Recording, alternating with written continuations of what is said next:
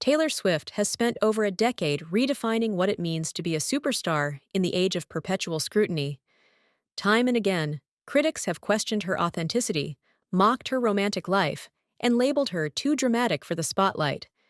Yet with each wave of negativity, she's found a way to turn it into something even more magnetic. From chart-topping singles to headline-grabbing reinventions. How did a once shy country singer become one of the most fearless voices in the music industry? The answer lies in her uncanny ability to convert hate into inspiration, using controversy as a springboard for remarkable success. Swift's poise in the face of criticism was first tested in one unforgettably awkward moment. In 2009, she stepped onto the MTV VMA stage, brimming with joy at winning Best Female Video. Before she could finish her acceptance speech, Kanye West stormed in to declare that Beyoncé deserved the trophy instead. The entire auditorium plunged into disbelief, and Swift stood there stunned, her microphone pulled away before she could collect her thoughts. It could have been a moment to lash out. Instead, Swift maintained her composure, later thanking her supporters and refusing to fan the flames in the press. While the media churned over the spectacle, she continued to make music, quietly transforming that unexpected embarrassment into motivation for her next projects. Her calm dignity signaled an artist who wouldn't be defined by someone else's outburst, even if that outburst was forever etched into pop culture history. As Swift's fame grew, her private life became tabloid gold. Headlines pounced on her romances, painting her as a serial dater, ready to churn out heartbreak ballads for every new fling.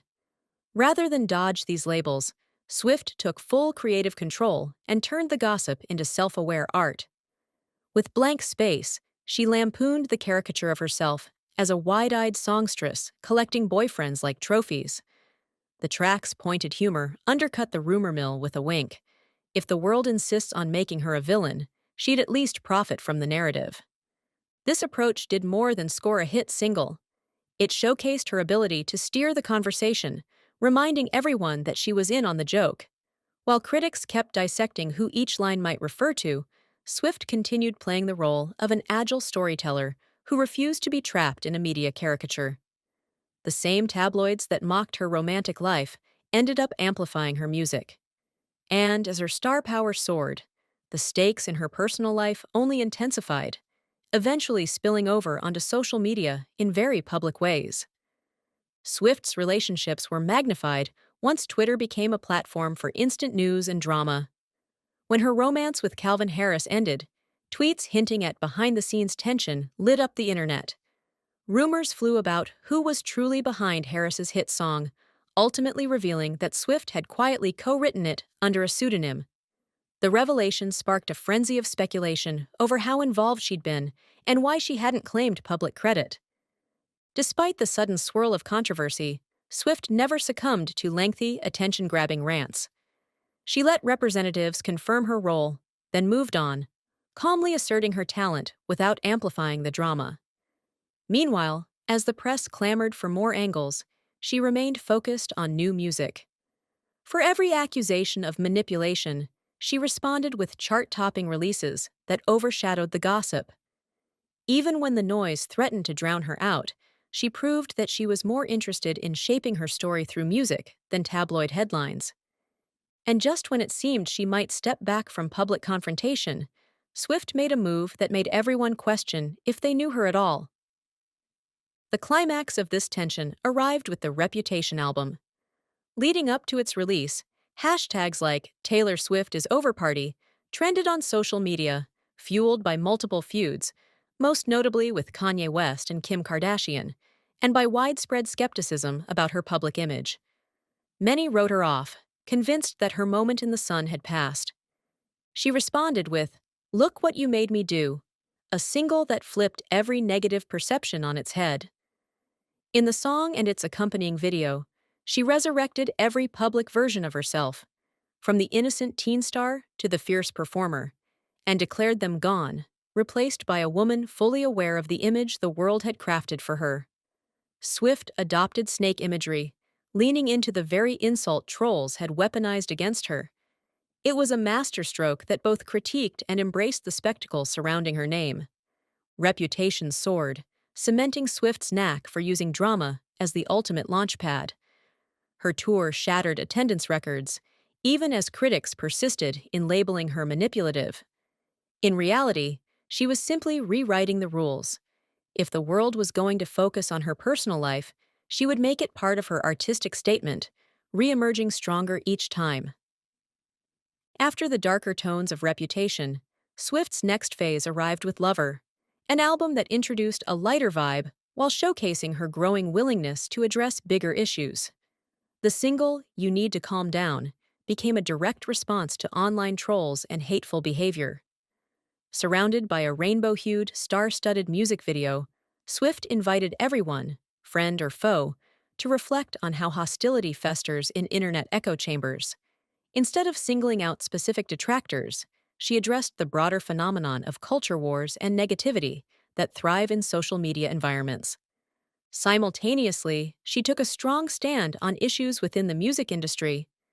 She had already pulled her work from certain streaming services over what she perceived as unfair royalties for artists, returning only when she felt conditions improved. This willingness to challenge powerful corporations underscored her commitment to ensuring creators weren't undervalued in the digital era. But despite these advances, a conflict brewing behind closed doors would soon catapult her into another public battle, this time over who truly owned her art.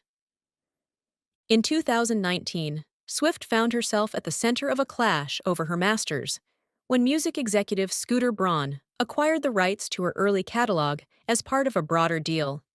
Swift alleged she'd been blindsided, claiming she never had a fair shot to buy back her own work. Almost instantly, fans raged against what they saw as an attempt to control a young artist's legacy. Critics, however, argued Swift was once again playing the victim, stirring the pot for publicity. Rather than fold, she made a groundbreaking decision. She would re-record her older albums under the banner Taylor's Version, effectively reclaiming ownership of her music. This move was both stunning and strategic. By encouraging fans to stream and buy her re-recorded songs instead of the original versions, she ensured she, not her former label, would benefit financially. It sparked a shift in how artists think about their catalogs, opening a discussion about power imbalances in the industry. Fans rallied, new chart records were broken, and Swift demonstrated that she could maneuver within the tight constraints of music business contracts to seize control of her narrative. It wasn't just about reclaiming ownership. It was a statement to every aspiring artist that even in a landscape dominated by powerful figures, one could fight back and win. Taylor Swift's career, from teenage country sensation to global pop icon, is defined by reinvention in the face of relentless judgment. When Kanye West interrupted her big moment, she refused to be humiliated into silence. Tabloids probed her private life, only for Swift to spin their rumors into clever, satirical hits. Social media turned up the volume on every feud, yet each time, she harnessed the drama and emerged with a new brand of confidence. Even the question of who owns her music became a battleground, one she navigated with careful planning and unwavering resolve. By re-recording her masters, she made it clear that no contract could permanently strip her of her artistic rights. In doing so, she pushed conversations about artist control to the mainstream, proving that success often hinges on strategy and timing as much as talent. Above all, Swift has shown that shutting down haters doesn't require direct confrontation. Sometimes the best approach is to weave those criticisms into a compelling story, one that ends up amplifying her voice rather than silencing it.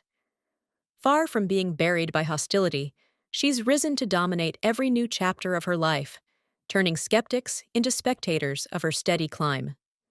Through it all, she's proven that relentless creativity and a bit of boldness can shield an artist from the harshest storms of public opinion. As she continues to evolve, one thing is certain: any attempts to tear her down will only spark her next brilliant comeback.